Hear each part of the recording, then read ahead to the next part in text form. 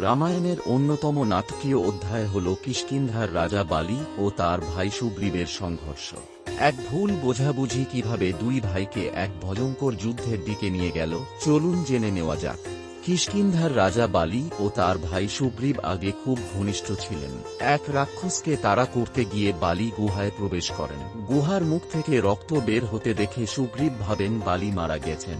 সুগ্রীব ভয়ে গুহার মুখ বন্ধ করে ফিরে আসেন, কিন্তু বালি জীবিত ফিরে এসে সুগ্রীবকে রাজ্য থেকে তাড়িয়ে দেন।